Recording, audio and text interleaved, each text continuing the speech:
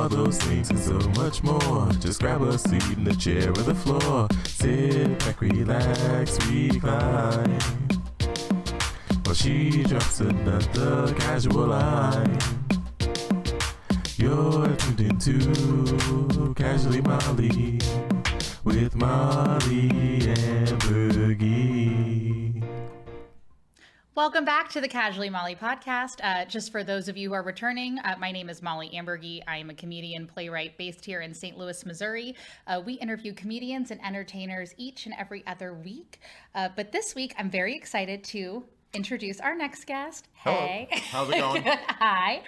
Maria Bamford's words for him are simply excellent. Give it up for Rob Durham, everybody. Yes. And the crowd goes wild in the studio. Thank you. Oh, you're very welcome. Well, thank you for joining me. How have you been today? What's casually been going on with Rob? I am in the works of finishing up another book that'll be out this winter. Oh, tell us all about it. Let's do it. It's called Somebody Else's Sky. Mm-hmm. Can you name the Pearl Jam song that's from? So I can't. I'm sorry. I get it. You're considerably younger than me. But it's 31, but I'm not a good music person. Yep. I just did the math when you were born. So yeah, this song came out when you were like 3 or 4. It's from Black by Pearl Jam. Okay. It's off the 10 album. You still I'm gonna have to look this up. Okay. Anyway, no, it's based on a guy in his 20s. Okay. And he thinks he's gonna marry his girlfriend. It's the only girl he's ever dated, yes. And they live together. And he's 24, and then he proposes, and she's like, no, because he's kind of slack. They both work at the bank, and she makes a lot more than him, mm-hmm. And he works down like customer service, which is my old job in my 20s. Okay. And so she rejects him, and he bluffs at moving out. Then he does move out and moves in with like a hot little waitress, and then chaos ensues. Okay. Oh, I know Rob sent me the rough draft, and I'm about 22 pages in, but now you're going to have to resend it to me because you said you made some changes. Yeah, I'm about to send it to my editor, okay. This guy that definitely comes first, yes. So don't worry. That makes sense. Before it gets published.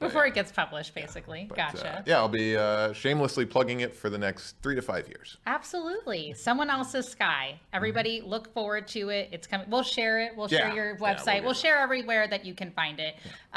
But I will ask you, obviously, you have a great resume, which is why I wanted to have you on. You're a comedian, you're an author, you've worked with a multitude of people, but the best part about your resume is that you're also from Ohio. Yes. As well, so. Belleville, Ohio, just south of Maine. Nobody knows where that is.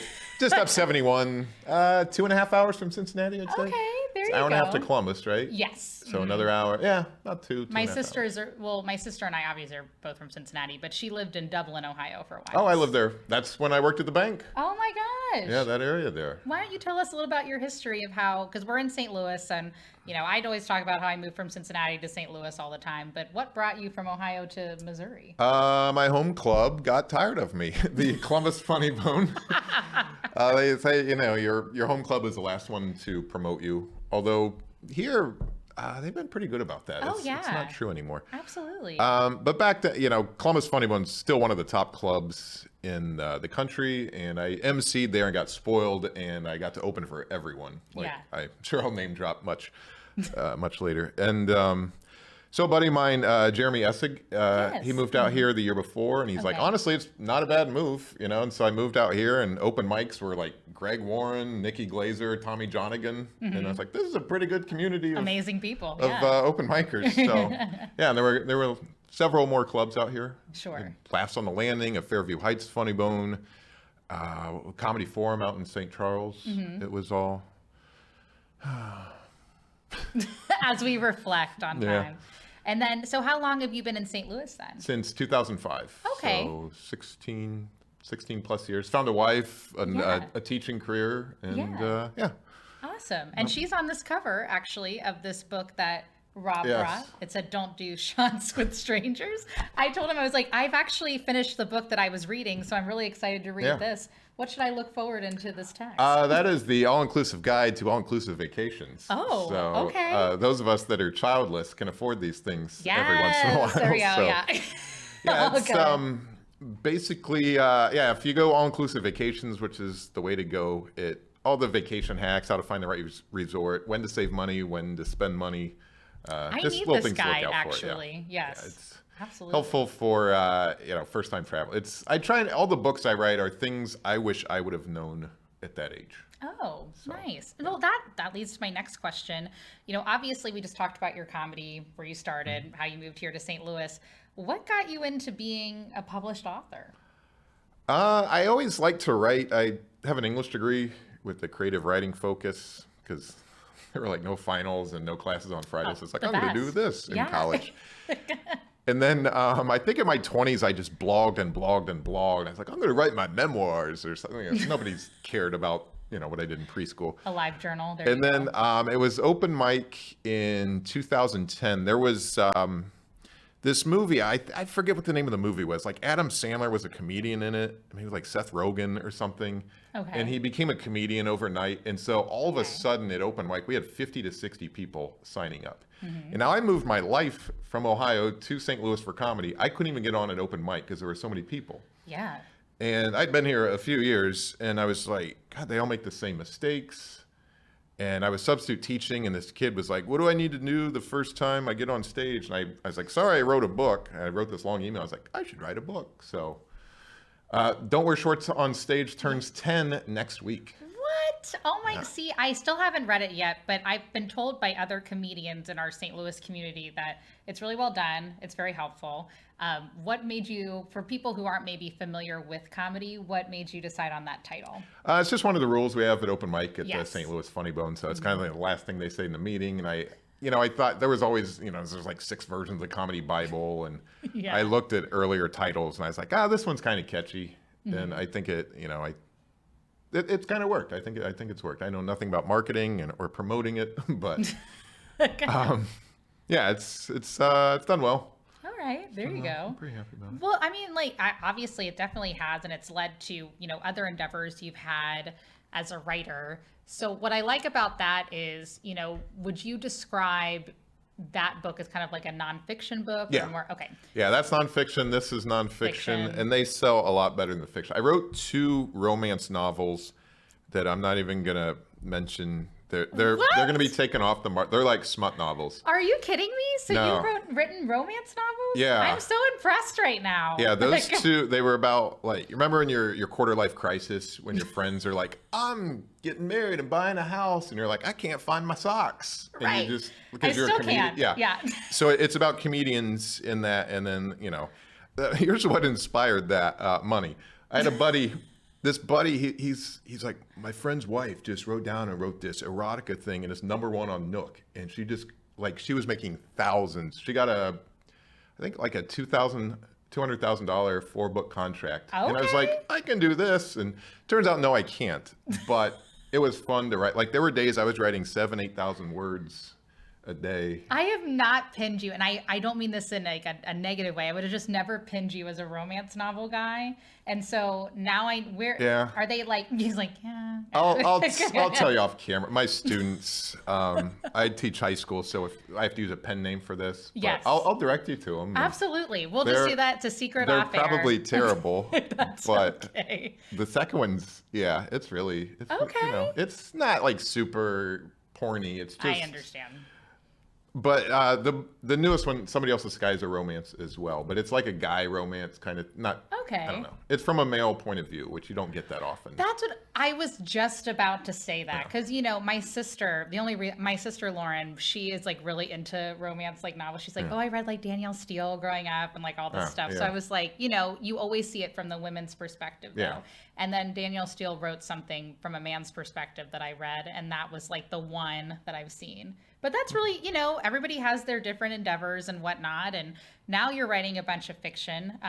You talked about the one that you're plugging right now, but isn't there another one you wrote as well? Yeah, Around the Block. That's okay, my young adult novel. That's my students like that. And that's one I actually plug and share, and I sell about 10 copies a year to students. Yeah. It's fun when they do book reports on it and they don't read the book completely. But that was loosely based on, it was based on high school pretty well. There's a few people that don't talk to me anymore from my high school. So, whatever. One of the characters, she emailed me, she's like, I'm halfway through it. I can tell who's who. And I'm like, uh-oh. I didn't think you'd pick it up. And then she unfriended me a few weeks later. So But that one, I got stalked in high school by this really weird girl. Remember in the 90s when you didn't diagnose anything? Oh, yeah, absolutely.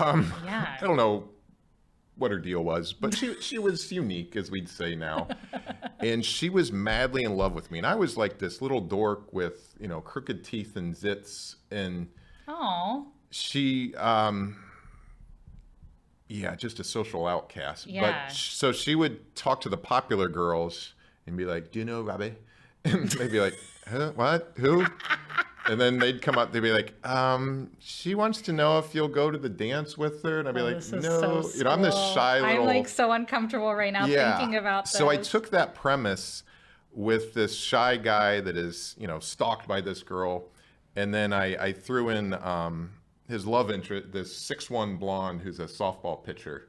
A character I completely made up. She likes him too, and she's around the block. She parties with college guys, and she, gets drunk, and he doesn't do any of that. She kind of likes him. So he's got, on one side he's being chased by this weird girl, and the other he's being pursued by this very sexually intimidating girl. So there's like it's pretty racy for young adult, which I'll say young adult novels, had they been written like they were in the 90s when I was a teenager, I would have been the biggest book nerd. I mean, they are filthy. They are. Yeah, I know. Where was this?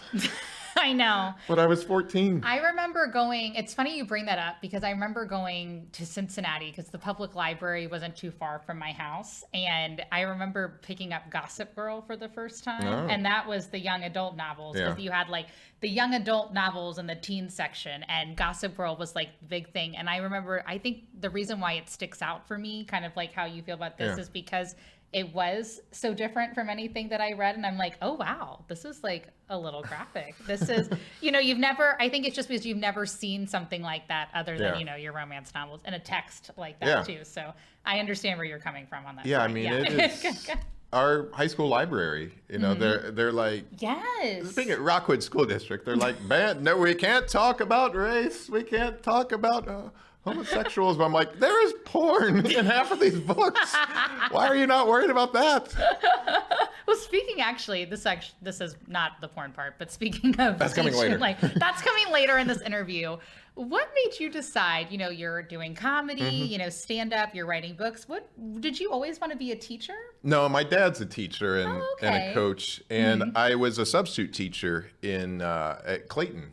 Mostly elementary school. Okay. When I moved here, I needed like a day gig for the lack of comedy gigs. MC money paid, squat. Pays the bills, yeah. I was like, I'll start subbing, and it was like $80 or $90 a day. And Clayton is the #1 public school in Missouri every year consistently. And I'm like, education's great. And then I had a friend visit, and she told me she's like, I have my master's, and this is, I've been teaching 8 years. I was like, that's a really good salary. And then when my wife and I started dating, she sat me down and she's like, hey, are you always going to be gone and broke? Because that was my dad. And I was like, oh. And my friend's like, no, stupid. She wants to, she's thinking long term. So I went back to UMSL, a year and a half, got certified. I had an English degree, so I was like, might as well use it. Yeah. And then I got to teach at Imagine College Prep, which was an inner city charter school, and not quite Clayton. So that was, right. Like on day, I was like, I'm going to change these kids, be like dangerous minds. I'm going to make a difference. And then like by day 3, I'm just crying on the way home. Like, this is terrible. Why do they hate me? Yeah. And I was in therapy. And that's when I started drinking bourbon on the rocks. Which we willingly chose not to do tonight. We did have it's a school night. We thought about it and then we were like, But I as a bourbon girl, I understand that just because I was a theater major. So I didn't do creative writing, but, for my early 20s, I did the same thing, kind of like freelance. Yeah. And then eventually you do have to start thinking like, well, if I'm going to live, in the Midwest and maybe not like what's long term and what am I going to do? But I will say, I will ask, speaking of like being gone and stuff, you seem to have a really, at least in my opinion, you seem to have a really good grasp on life balance. Like you're teaching, you're doing comedy, you're happily married. Yeah. What's the secret? What's the big? I know it's a big not question. Having kids is the big thing. Actually, I showed my students this the other day. A comedian, God, it was 06. Fairview Heights showed me that his name was Buzz Nutley. Okay. Which is not his real name, but he had this T-chart. So if you take a graph, make a big X and Y axis, I want to say, Y, X. Yes. And he said, divide it up, each quadrant, to self, like your job, your relationships with people, and then whatever else is taking up your time. So I did it for the kids here as like comedy, teaching, myself, and my marriage. And everything, actually comedy was at a 3, everything else was like a 9 or 10. And I was like, yeah, I really haven't, not much of a corporate season this year for comedy, but I had them do that with their jobs or whatever, some of them are in the play or whatever. And I said, now look at how square that is. You don't want a big square all the time, but you don't want a small square. So sometimes you have to stretch it out. Sometimes it's smaller. And if it's, some weird trapezoid, figure out where you need to move some of your hours. Absolutely. So. Oh, I completely understand that, just because I feel like that's we recently moved to St. Charles, Missouri, for people who are listening outside of the state. But it's kind of the same thing where I was telling you, I was like, oh, I'm trying to balance everything between like the new house, like the old but the new house, because it's an 1800s house. And then, just trying to like do podcasting, comedy, also your day job, and then spending time with your partner and everything as well. But I definitely like that idea of doing like a shape. I think that'll help me in the future. Yeah. So I appreciate that. Yeah, no problem. Yeah, it's and there's like other things. It's hard to limit it just to 4 because I still play pickleball when I can. Oh yes. I'm a chess nerd, and I just want to do other things. Well, I think first of all, chess is very hard. So I really I've tried to learn chess multiple times. Really? Yeah, and I still I don't know if it's just not clicking for me or I haven't had the right instruction for it. So I really respect people who can actually sit and be able to figure everything out. The other thing, what did you just say you were? Pickleball. Oh, pickleball. Yeah. So speaking of Rob's book, Someone Else's Sky, that you should look for, coming to shelves near you at some point in the future. Yeah. There we go. Next couple months. In the next couple months, we'll market it that way. There was a lot of pickleball talk in the text. I did not, maybe it's just because in gym, the last time I played pickleball was maybe in an elementary school gym class, which was probably dumbed down for elementary school kids. I didn't realize how intense pickleball is. Oh yeah, it is. It is booming with the boomers. And I'm the young guy, I'm 44. And so they're all like, you get the young guy. And I'm like, yes, my doubles partner is 70. Oh my God. So, and he's really good. I mean, there aren't many 70-year-olds that are as good as he is. Oh, I'm so impressed. Yeah. A lot of them are in their 60s and they're just amazing because they played 5-6 times a week. So I got really good over this summer, but they play, they're retired or they run their own hours. So. Okay. So it's kind of like their version of tennis per se or something. Yeah. There's a lot less running. Oh yeah. A lot less. Where does it take place? Where would you play pickleball? We play indoor at Veta. The Veta places. St. Charles built 12 courts last spring. Okay. Our condo is that's where I started. My buddy Paul and I started playing at our condo. That court kind of crumbled, so he's on the boards and stuff. So we got a budget to have a new court. So you've got the pickleball hookup. Yeah. Okay. Remember St. Louis Mills? No. Where was that? It's an old mall that's where they have the hockey stuff now. It's off of whatever that little route, just north of St. Charles. I know what you're talking about now, just because Cincinnati used to have Cincinnati Mills, and I think somebody was like, oh, there's something similar to that here. Never went. Yeah, they took an old shoe store and built 6 courts in there, and they're going to add 10 more. Oh, wow. And so I got to play in there last week. It was really fun. Where would you say your playing scale for pickleball is from 1 to 10? Well, should we fear you? I guess is what we're asking. Actually, let's. There's a rating system from 2.5 to 5.0 that goes by every 0.5. So I'm a 4.0 right now. Okay. So my goal is to be a 4.5 by the end of next summer. I was a 3.5 last year at this time, but if I can get to 4.5, that is pretty, Good for you. I'm below a 2.5, so just because I have never played, but who knows? Maybe I'll work up to it. It doesn't take long to learn. It really doesn't. I was speaking of, because I was looking at this. Does your wife play as well? She does not. Okay, that's okay. She lifts weights and does cardio stuff and that. But, there you go.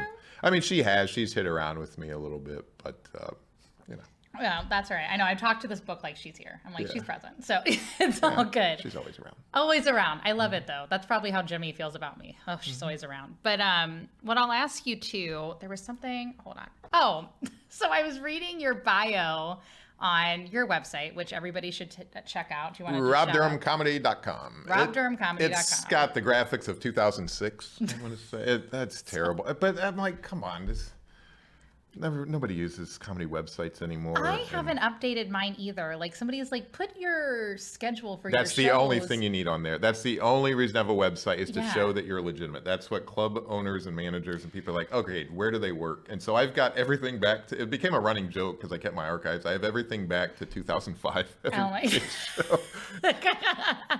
It's like, just so you know, he's been working that. I kind of do that too, though. I still need to update my shows for January, but it's kind of the same thing where it looks good that to have be like, oh, here's everything that I've been doing. Yes. So props to you for being on top of that.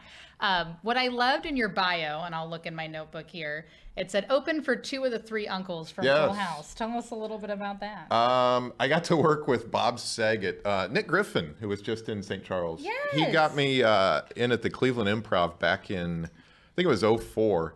And Nick was featuring, it was like a split week for him. So that's how long ago this is. He's featuring when Bob Saget is the headliner. Oh, wow. And so one night, it was Halloween weekend in Cleveland.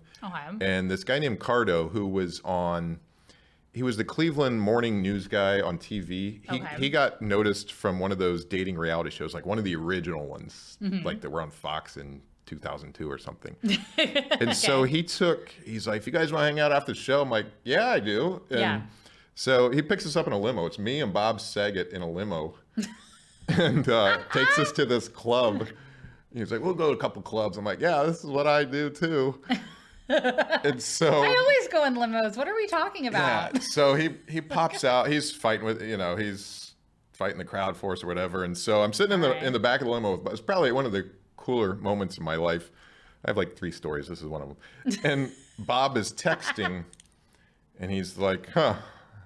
And I was like, all right, who you texting with? He's like, Ashley Olsen. Oh, wow. She wants to know if I like the Counting Crows because they're coming to town or something. Because Ashley was friends with his daughter. He's like, yeah, they're having the massage therapist over tonight on my tab. I'm like, well, that doesn't sound fair, Bob. So, I was like, oh, where are you headed next week? He's like, oh, I'm helping putting together this, trailer for a movie. What about you? I was like, I'll be at Go Bananas. Oh, Cincinnati Club. I love that place. That's right. But so we go into this club, and we're up in that little elevated VIP area, and Bob orders food, and they're like, what do you want? He's like, I'll have whatever he's having. And I'm like, some weird salad thing. And these girls that are like 25, Bob's in his 40s, I guess, at the time. Okay. These girls are just clinging to him, and I'm invisible. I'm 26 or so, around there, and I'm just like, do you remember Turtle on Entourage? Yeah. I was just talking about Entourage. Yeah. I was Turtle. I've been Turtle quite a few times. I love that you just used that reference. Yeah. Oh my gosh. Yeah. So the night goes on, and this girl, finally, someone knows this girl's like, she didn't say tripping. I forget what she called it, but it was some drug term that I was not familiar with. I wouldn't know. And this other guy was like, hey, do you party? And I didn't know that meant cocaine. And he explained that to me. I found him on Facebook like a couple of years ago. I was like, hey, do you remember that? And he's like, yeah. I was like, I found your card. It was a crazy night. And then the limo disappeared. Bob disappeared. And I had to walk through Cleveland like an hour through the flats to get back to the condo. It was stupid. Oh my God. It was like the night the time changed too. Oh no. Yeah, it was just after it was. But, I'm just laughing because I'm like, oh, poor Rob. Yeah.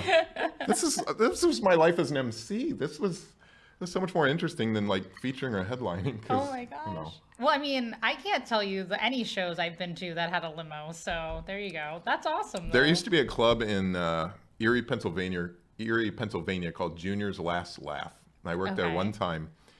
And it was cool because when you emceed, you didn't have to MC. Somebody from the crowd that wanted drawing, they suckered into it. And then you just did 10 minutes up front. And they picked you up from a Holiday Inn, drove you like 2 blocks just to drop you off in a limo in front of everyone outside in a line. So it looked so cool. I was like, yeah, I'm a pretty big deal. And I had a girlfriend at the time. This is 2002. Okay. And I didn't let her ride in the limo with us. I was such a jerk. I was like, no, I think you'll get in trouble. She's like, I'll just walk. I was like, yeah, do that. Because then we would just walk home back and then he never saw her again. Yeah. Disappeared in Erie. Yeah, that's I just never knew you had such an experience with limo appearances. Yeah, now, I mean, the funny bone here needs to hook you up now. You get Sean O'Brien to pick you up from the airport. That, my friends, is a treat. Oh my gosh! Wait, so Sean O'Brien showed up in a limo? No, Sean picks people up from the airport. Yeah. I was like, Sean O'Brien has limo hookups too? Oh my God. I'm guessing Joe Lennig probably does, but Sean. No. Wrong person. Yeah. I'm sorry. Yeah. Wrong staff member. Excuse me. Moving right along. Oh, that's what I'm about to say. Well, now, those are some great. Wait, so that was the first one with Bob Saget. Yeah. Who was the other uncle? Was it Uncle Joey? Yeah, the cut it out guy. Yes. Mm-hmm. Yeah, I was at Dave Coulier. Yes. We did South City Casino here. What? Yeah, that was probably that was 10 years ago. I was teaching at Imagine at 2010, 11. Mm-hmm. And on the way home from that gig, I heard "You Ought to Know" by Alanis Morissette, which is about him. Yes. And I told everyone at work, and they had no idea what I'm talking about. So I get it. Yes. Yeah. And I was like, hey, guys, it was the song. And they're like, what? Who? Never mind. Never mind. I'll just go back to my limo. That's all good. So did he show up in a limo too, or was he just like, cut it out? We're doing whatever. I don't know what he was. Bob was a lot cooler than Dave. Dave's a cleaner act. And like there were slot machines playing over, like you could hear. We weren't even closed off that well. And like Bob actually said, very funny, freaking hilarious. Yeah. So he may have said the F word. What word. have Dave said? Dave didn't say anything. So he didn't get a quote on the No, website. Here's what you do. Comics, here's what you do. When you MC for someone big. I'm ready. And they say, oh, keep it going he's effing hilarious. There's your quote. There you go. They said it on a mic in front of hundreds of people. Okay. So there's your quote. I was like, I've had some people say that about me. Yeah. Putting this on the website with my scheduled shows from 2005. Yeah, I can't wait. There you go. Rob Schneider, I got to work with at the lake. Yes, I saw that. They tried to put us in the same hotel room. I was like, what? No. We're at what is the really big resort out there in Osage Beach? I forget what it was. Like normally I stay at this one inn at the Grand Glaze, because that room used to be tied to the Columbia room, Deja Vu, that shut down. Nobody cares. And so they're like, yeah, you and Rob are both. I was like, I don't think he wants to hang out with me. I think he gets his own room. Oh, really? Yeah. Well, you don't want Rob squared. It's like Rob Schneider and Rob Durham. It would be fun stories for me, but I was pretty sure. Roomy. No. I would probably just want my whole space just together. So I totally get that. That's hilarious, though. Don't you want to just... Oh, man. Although there's always some interesting stories from, which that's what I'll ask, too. Obviously, you talked about, the Full House uncles and everything. But I was about to say, do you just feel like you just keep getting a lot of stories on the road that would add to your stand-up act? I'm not much of a storyteller. That's the thing is, compared to other comedians, I'm pretty dull. I have 0 DUIs. I've never smoked pot. I know I would enjoy it. And they're like, what? Yeah, you...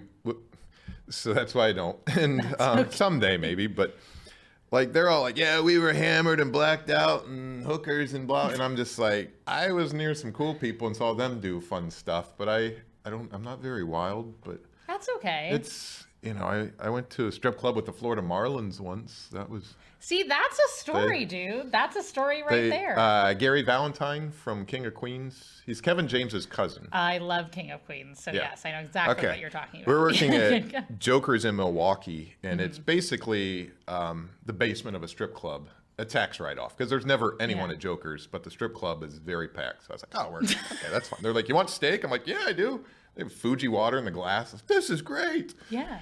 And so I was featuring for Gary, and the Marlins are late. So the manager comes up, and I'm struggling through this set of 20 people that aren't there to see me. He comes up and hands me a note, and all the people in the crowd were like, oh, you got to get off. And I was like, nope, it says go longer because we're waiting on people. Because the Marlins went into extra innings with the Brewers. Oh, okay. And so Luis Gonzalez, I got to hang out with him. He was the 2001 World Series MVP. He beat the Yankees, who I actually like.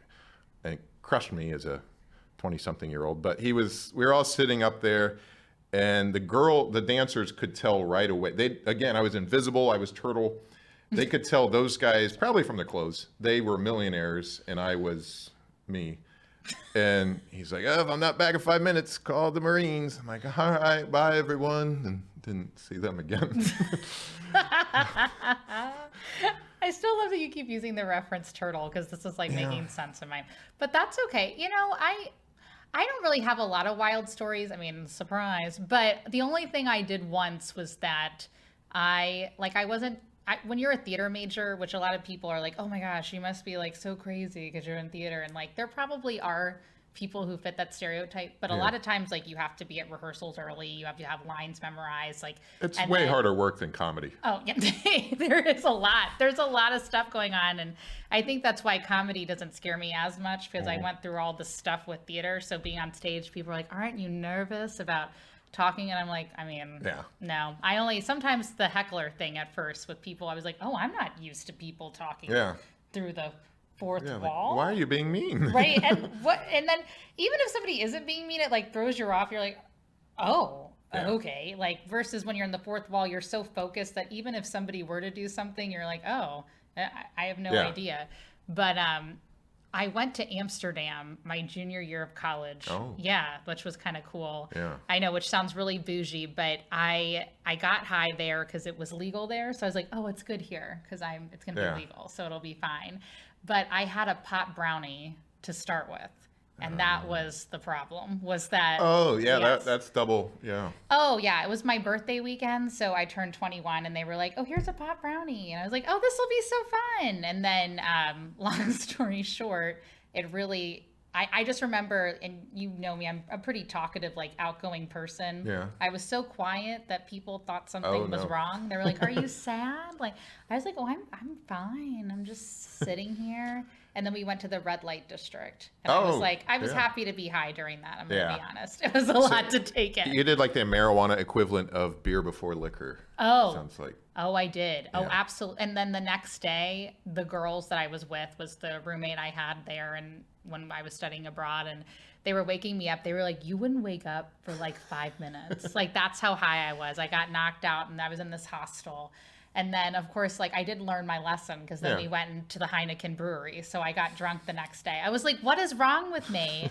But then I went and they had a little winter wonderland that night. So I went from like having a pot brownie to having beer to having waffles from Belgium. I was like, what is my life? It's the authentic experience. But yeah, that was the only authentic experience. Like most of the time I feel like I just go home after work. Like I just do shows, podcasting work, and then I go back to my house and it's okay life to be. Yeah. Yeah, after shows anymore, I'm like, where can I eat, I guess, is the coolest thing I do now. Or... Yeah, that's the only thing. Well, speaking of that, where are some good St. Louis spots or St. Charles spots that you like to eat? Oh, whoops. Hit the mic. We just eat at Mexican restaurants, really. That's all we... Yes, okay. My wife's a quarter Mexican, so she's like, let's just do that. It's cheaper. It's just as good. It's quick. Yeah. You know, like if it's we'll go to like for an anniversary or birthday, Bristol. Oh, okay. Seafood. And then if it's my birthday and she's buying, we go to Annie Gunn's. Oh, that's my favorite. It's over in Chesterfield. It is it's amazing. Like they just treat you, it's super fancy, but they treat you like it's buddy. Like one time we were waiting on our food and they were catering a party in the private room and they walked by with raviolis. My wife's like, oh, I would kill for those. 5 minutes later, they bring a plate of raviolis for her, just toasted just because they overheard her. Like, yeah, that's what we do here. What oh my gosh. Well, she sounds great. And I'm like, that is just like that happens sometimes though, when you're at a good place. Like when we were out for my birthday, now Jimmy did get fancy. We went to Prosino, which is we've been there. Yeah. So it was a little bit more like, cause I was like, I can't believe you picked this place. He's like, well, there's like a wine cooler back there. Yeah. And it's just like with his mind, he's like, oh, you like wine. So, it was easy, but it was crazy because all I said, I was like, oh, like we'll get dessert or whatever. And they brought us a creme brulee just to try it out. She's like, there's only a few. And Jimmy's like, I've never tried one before. And I I was nostalgic for it because as a kid, my mom used to love that dessert. Yeah. So I was like, oh my gosh, you got to try it. It's going to be great. And so they were excited. They were like, how did you like it? And we took a picture with it and everything. And I tagged them in the post. But it was just sweet that they overheard and were like, bring it on over. This is great. Happy birthday. Yeah, that's one of those dishes that you have to have at a fancy restaurant. You don't want, like if your aunt makes it, it's like, no, I'm good. I know. Jimmy's like, a creme brulee. What? And I just was like, it'll be fun. We'll just try it. We'll have a good time. Yeah, I can never even pronounce half the stuff. My wife watches the Food Network and all that stuff, so she's like, you pronounce it this way. Oh, yeah. And I'm right there with her. I love the Food Network, so yeah. She kills me on Jeopardy anytime there's a food category. Well, she kills me on Jeopardy every night. Like maybe 1 out of 10 I will win. And I was like, I thought I was smart. No. Geography, spelling, cooking, fashion, pop culture. She's right there with me on music. Yeah, unless it's sports, I get owned. Okay, there you go. Well, I don't know. Jimmy and I did when Tom's Bar and Grill used to be open here in the Central West End. I don't know if it was like, for those of people who aren't from here, it's like it used to be kind of the hometown bar and grill in the Central West End. And so we went there for trivia night, and I didn't know, like, he had the sports down. He did all. But when theater came on and it was like all the theater shows and the musicals and stuff, we won because I knew all. So I was like, happy birthday, you get a free pitcher of beer. And I was, I was like, and I think because I don't really drink beer, so they gave me like a free bucket of fries or something. So I took that. I was like, we'll take it. Yeah. But there's certain things that your partner will know more probably. Yeah, like anything literature and like if there's Lord of the Flies or 1984 of Mice and Men, I'm like, I read these books 35 times. I know. Lord of the Flies. That just took me back to high school when I read that. That was a rough book too. I was like, holy moly. It's not. It's literary fiction. It's not for students, but I have all these lessons and plans already made. So screw it, kids. You're reading it. You're like, Lord of the Flies was one, and then The Catcher in the Rye was another one. That I don't teach that. That's the juniors or seniors have that one. Yeah. I gotcha. So that's what I was going to ask. Like, when you're speaking of teaching, when you're putting an agenda for your students, I know you said you kind of talked about incorporating a book, like a book that you've written. How do your students kind of react to knowing that their teacher wrote something like that? Underappreciative. No, they think it's cool. Like some of them, the best thing that ever happened is 2 years ago, a kid read it and came in the classroom. He was the last one in the room, and he had finished the book. He's like, dude, I read that last page. I just threw it in a classroom. I couldn't believe it. And I'm like, that's right. Keep talking. Like 3 kids bought a book that day. But I mean, it's not, I tried to write a screenplay for the young adult one too. I wrote a screenplay, submitted to a festival, and you said playwright. So could you, if you want to, scrap the novel you're looking at now, read my screenplay. Oh, I keep looking actually at the drinks on here. I better put it over here before I get too inspired by what I want to have after this show. But I'm like, I would love to write a screenplay just to see it come to life. Like I see that 6'1" softball pitcher girl. I'm like, I see her in the high school every few years. Like she could play that role. He could play this role. They could do, you cast these people. But I don't know. I mean, I read like 2 books on how to write screenplays and got like the Google Docs formatting, and it's tougher than, I shouldn't have expected to just, first one tries. But it's, I haven't written a screenplay. The only reason I started writing plays just because I was a theater major, and I would be going to shows, seeing other people produce shows, and that's kind of like what you do. It's just like when you see comedy, you're like, well, maybe I should try doing this. So I started, it's probably not even the correct format like you would when you do a screenplay, but I just opened like a simple Word document and I wrote a play. And then I always like to do plays in like obscure places. So my first play was in the Moonrise Hotel, actually, in the Betty Grable suite. So people like came in, went up the elevator. I could only seat like maybe 20. Friday night we had like an oversell just because some people couldn't make it on Thursday. So I had like 30 people in this tiny little, but it was cool because we had people like on the windowsill. And I mean, I talk about this a lot because it was a kind of cool experience, but I've done shows in like coffee shops where you have like a play and people are drinking coffee and eating and then a play starts. But I like doing that stuff, but I've never had, I don't know, like I want to change one of my plays into a screenplay, but I've never sat down. So I really appreciate hearing that somebody's actually doing it. Yeah, there's taking charge in that. If you want to, send me an email. There's somebody wrote like this it's like 100 pages of just how to write a screenplay. It reminded me of, not to plug my own book, but I was like, yeah, this is what you need at the beginning of Don't Wear Shorts on Stage. Like, do this. If you do this, you're going to look like an idiot. And I was like, okay, so don't do that. And it really was right to the point, formatting, what to do, not to do. And I actually taught my creative writing class how to write screenplays somewhat last year. So, yeah, we do that. Absolutely. Oh, well, that's cool. I'll definitely have to ask you about that because it's just, I feel like doing film too is just a little bit of a different feel versus in theater. I mean, I guess for me, it just comes second nature, but everything's live. I understand how everything works versus in film. I'm like, that's why we have a tech team doing this. So I'm like, I don't know how this works. So I'm honest about that. I just show up, perform, and then interview. And I'm like, cool. Yeah, that's the challenge. That's the challenge with art is we're, as artists, we're not technicians necessarily. If you've seen by all the open mic comedy posters, we're not. We can talk about that too. No, 38 headshots on one poster. It looks great. But I love it. Tone it down. Tone it down to 3 at the most. I'm just dying because I felt this way a long time. So I'm glad it's been talked about. Go ahead. And then we're not salesmen either. Well, some of us are. The ones that can really, and this is me, I'm plugging stuff, but I'm not good at promoting. Like, promote. This is because I'm here. If I was sitting at home, I wouldn't be doing that. But there are comics that make it just because they're better salesmen or saleswomen than artists. So Well, that's another thing too we talked about in theater is it's good to, I'm glad it's SLU because I went to St. Louis University. It's like meaning I double majored in theater, but I also did journalism.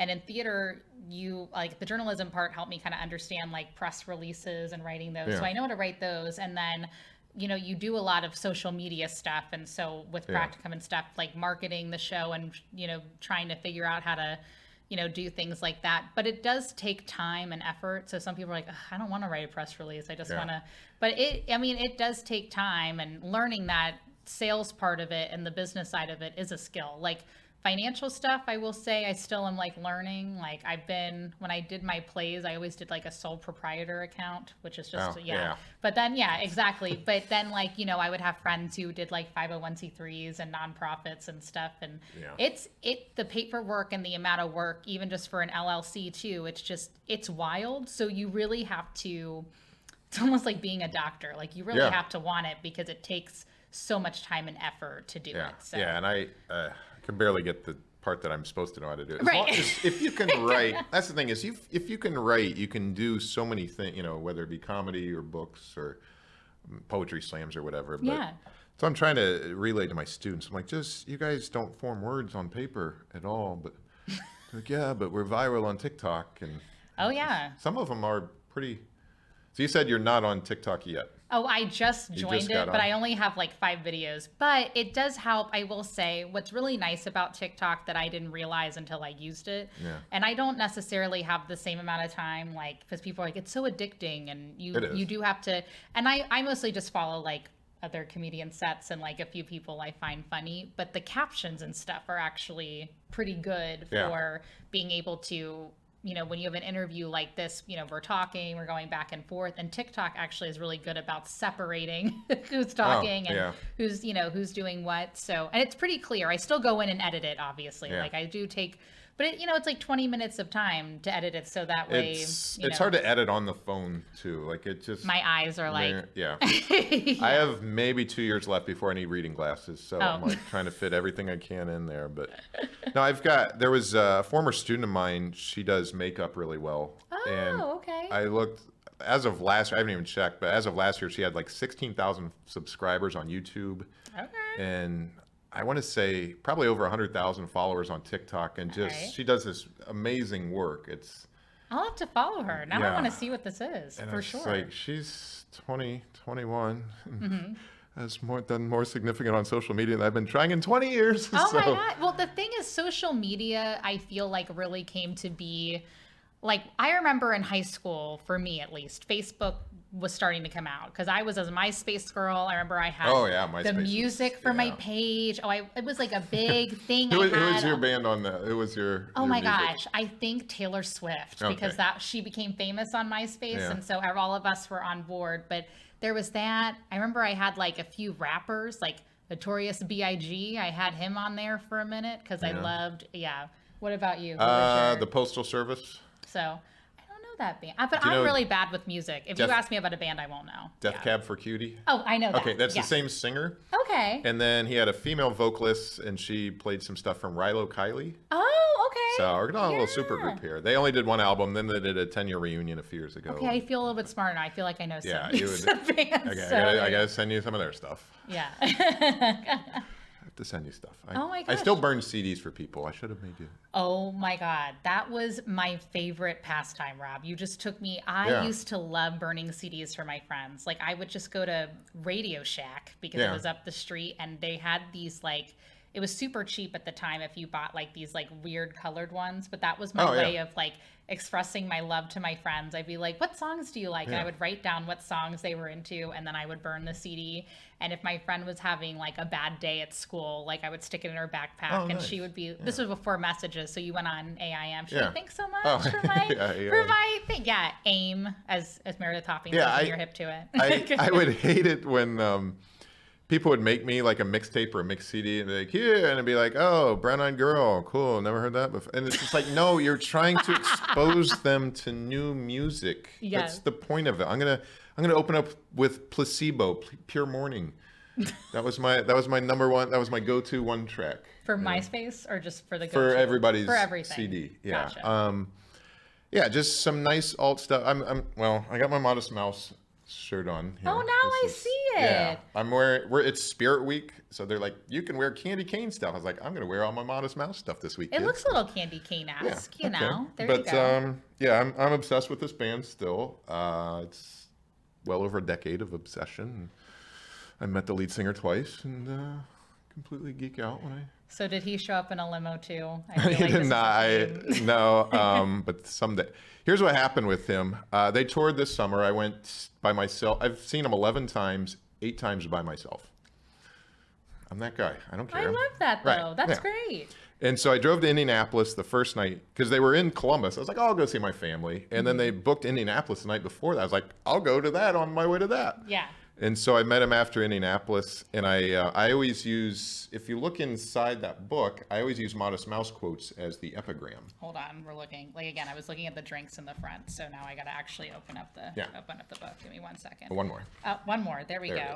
Oh, there it is, right on the page here. And so on Around the Block, the young adult one.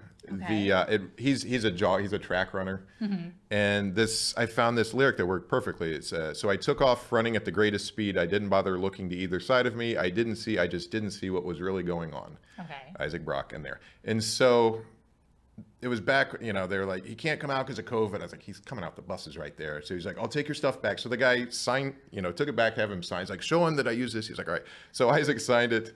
I dedicate this book to me, Isaac Brock, and then came out, and I was like, that was the book. And so he chatted with me, and we met in St. Louis after a show a few years ago too.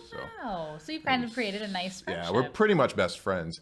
But here's the funny story. They toured down in New Orleans, and one of my buddies is a radio DJ. He's kind of the Convies of of New Orleans, and he texted me. All he had to do was text me. He's like, guess who I'm best friends with now? It's like. And I knew they were in town. I was like, you gotta be kidding me. He's like, yeah, he's called me twice today.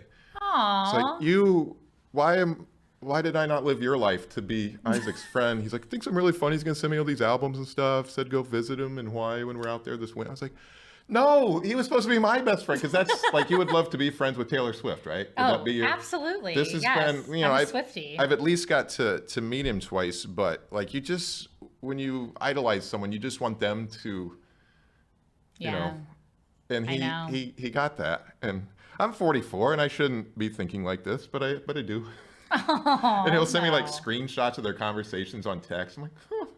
And I hate it and I love it at the same time. It's like, oh, I can't believe he made that joke about Morrissey. And it just. That's okay though. You're killing it. You've got published books. Well, speaking of, all the things you're killing it. You've headlined a few times at the Funny Bone. Yeah. And I say a few in, a very modest way. Rob, yeah. I was about to say, what's it like headlining at your home club here? It's pretty awesome. I think the first time he let me was 2014 or 15. Yes. And then kind of some split weeks. And then eventually I finally had enough stuff. Then we just made it like teacher week. So like at the end of the school year, we used to do teachers get in free, which helps because that's my demographic, because I have like way too many teacher jokes. Yeah. And so, yeah, it's tough. It's easier almost in a bar room, like a one-nighter, than at the comedy club, because you don't have to deal with the check drop. And yeah. I don't know what it is. There's a lot more to it. It is tough. The features, like if I feed, I'm like, I'm cool with just doing that too. Yeah. Because, you don't get paid as much, but it's a lot less strenuous. Like I worry, as a headliner, you think everyone's night depends on me. Oh, yeah. You're just insecure. And when I was a doorman at the Columbus Funny Bone, I used to see guys just kill it, and then they come backstage and be like, I don't know. And I'm like, dude, they're standing. Yeah. I don't know. So I have pretty good barometer where I am. What I'm saying is, get that meet and greet after seeing Rob headline, and he'll be your best friend too. You will be, yeah. You buy a book, I'm obligated for at least 5 minutes of conversation with you. So. I love that though. No, I'm really excited for you. Honestly, I get more excited about selling books afterwards than the shows. Like, when I was like, how'd the show go? I was like, I sold 9 books. That is true.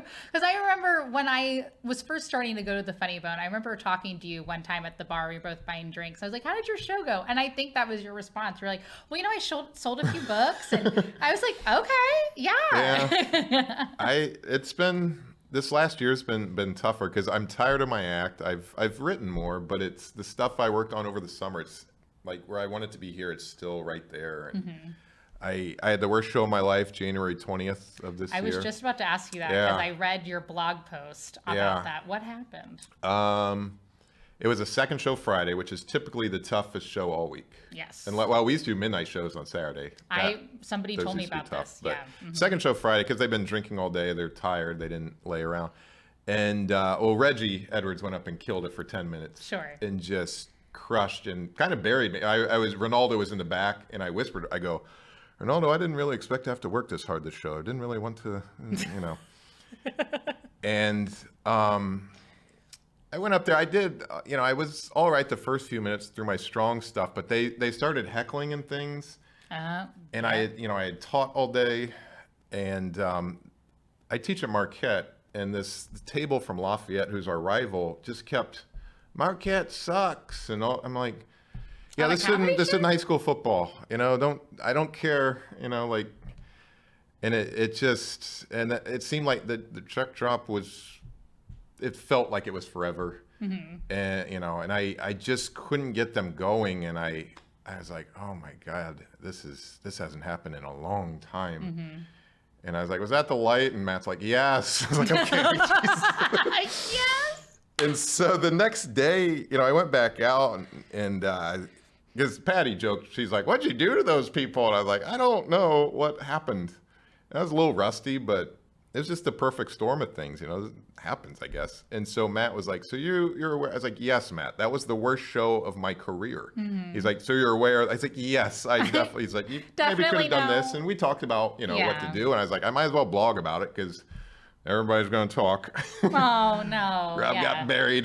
And was it like a kind of a lower attendance too for the show as well? Or? There were probably 60 there. So I don't know. Yeah, it's just, the worst part was one of my students he was there.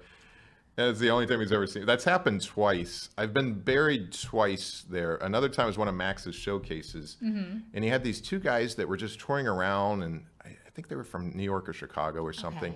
And like the next to last one before me went up, and he was just this high energy. I was like, wait, somebody's going to follow him, and then I have to, what if, and sure enough, the next guy was even fun. He was just that shaggy beard guy that had all these fun stories. I'm like, sure. And I went up there, and there was a smaller crowd, and I remember blushing. Like my jokes just felt like I should be wearing suspenders after that guy. It's just, and I kind of just went in this panic, like, all right, pull it together. And I just, if you don't get them the first few minutes, especially after someone just killed, it's like, oh, this is going to be work. This is terrible. And it's, as comedians, we remember the bad shows a lot more than the good shows. Like if I have a bad open mic, like, I don't care. I wasn't, our open mics crowds have sucked. I think I told them that 2 weeks ago.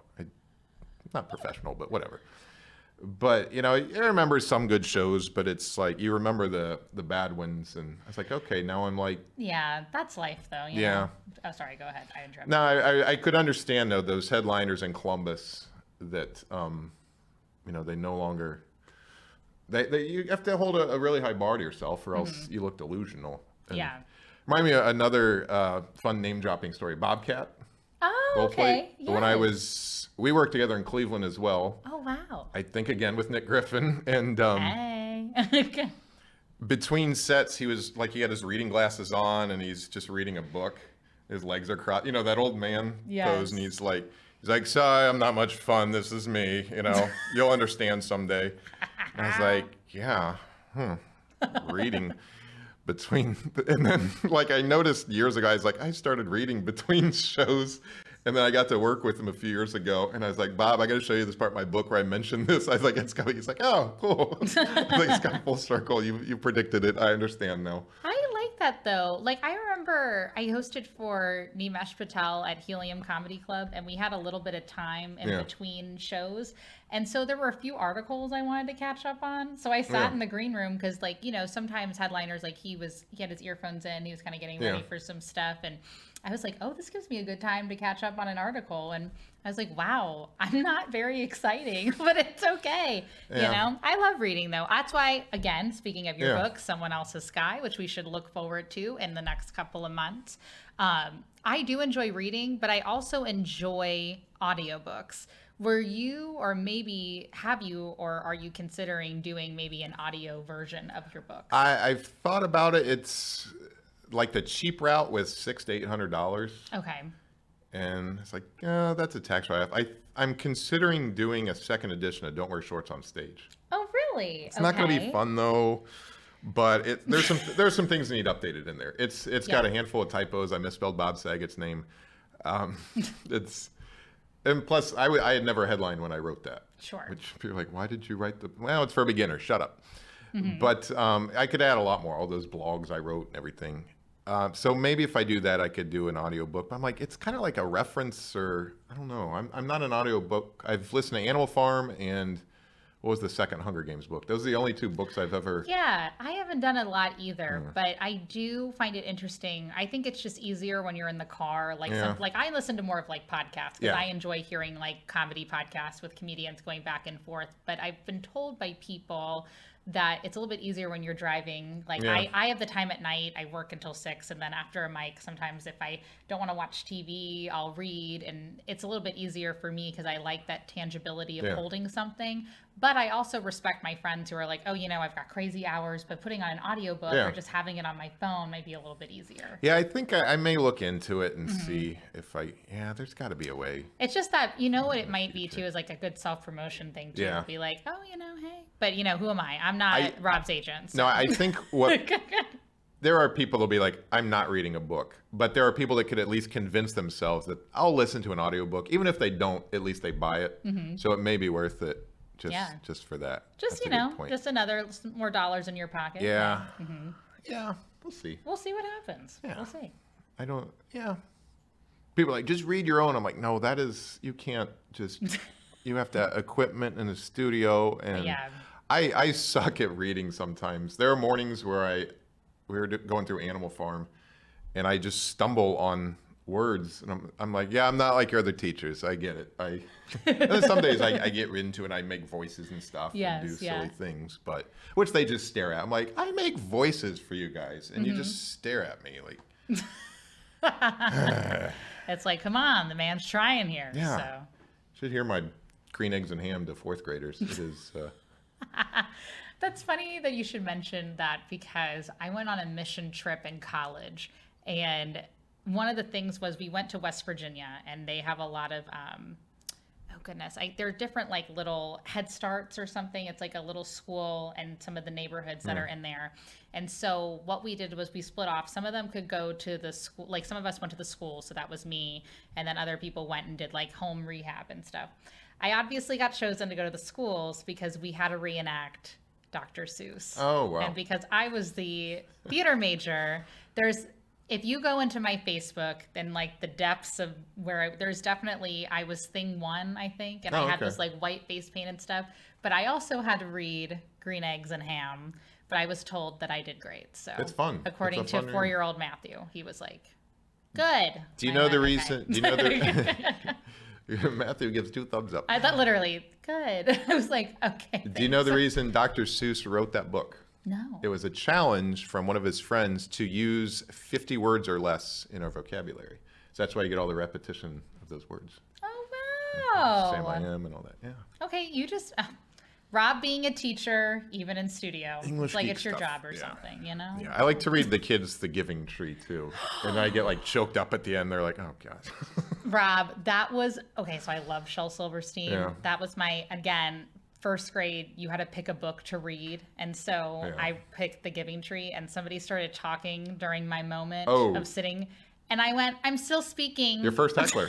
I did. That was my first heckler. You shut him down. I did. I said, I'm talking or something. And they were like, then I went, anyway, back to, obviously wouldn't do that now in comedy. Like, just turn it, you know what? I'm doing a set. So, you know, if you could just not speak, that'd be great. Don't have any fun, but it's all good. But not to cut us off, because I could talk to you forever. Yeah. You were just talking about, you know, projects and stuff. Obviously, Someone Else's Sky coming out. Are there any shows or anything that you have coming out? Yes, I will be at the Backdoor Comedy Club in O'Fallon. Yes.